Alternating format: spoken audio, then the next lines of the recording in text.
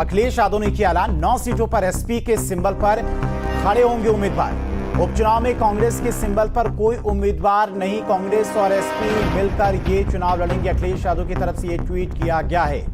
तो social media platform x पर अखिलेश यादव की तरफ से ट्वीट किया गया है कि सभी सीटों पर एसपी के सिंबल पर कैंडिडेट चुनाव लड़ेंगे।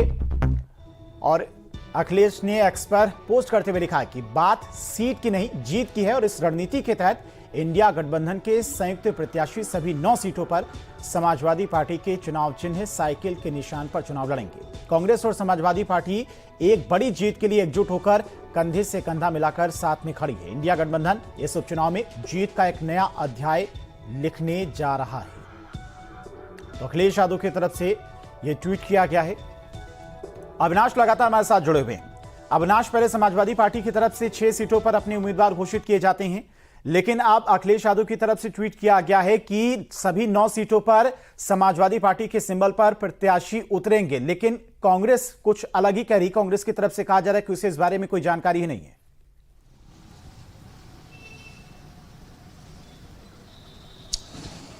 देखिए, जो सीट बंटवारे को लेकर एक असमंजस की स्थिति बनी हुई थी समाजवादी पार्टी और कांग्रेस में, वो असमंजस की स्थिति अब खत्म होती दिख रही है, क्योंकि ये जो ट्वीट आया है ये खुद अखिलेश यादव के द्वारा रात में किया गया था, जिसमें साफ तौर पर कहा गया है कि सपा के सिंबल पर ही जो इंडिया गठबंधन है उपचुनाव लड़ेगा, यानी कि समाजवादी पार्टी ही चुनाव लड़ेगी। हालांकि उम्मीदवार 2 हो सकते हैं कांग्रेस पार्टी के, लेकिन इस बाबत अभी कोई जानकारी नहीं दी गई है। लेकिन देखिए, सबसे महत्वपूर्ण बात यह है कि कांग्रेस की तरफ से इस गठबंधन में, इस उपचुनाव में 5 सीटों की डिमांड की गई थी कि 5 वो सीटें कांग्रेस को चाहिए जो समाजवादी पार्टी पिछले चुनाव में हार गई थी। लेकिन 2 सीटें दी गई थी, गाजियाबाद और अलीगढ़ की। खैर, हालांकि तब भी अजय राय की तरफ से बार बार ये कहा जा रहा था कि जो हमारी दावेदारी है, जो हमारी तैयारी है, वो 5 सीटों को लेकर है। लेकिन समाजवादी पार्टी ने साफ किया था कि 5 नहीं, बल्कि जो दिया गया है उसी से संतोष करना पड़ेगा। हालांकि माना जा रहा है कि कल देर रात राहुल गांधी और अखिलेश यादव की बातचीत हुई है और उस बातचीत में लगभग ये तय कर लिया गया है कि 9 सीटों पर समाजवादी पार्टी यानी कि सपा के सिंबल पर ही चुनाव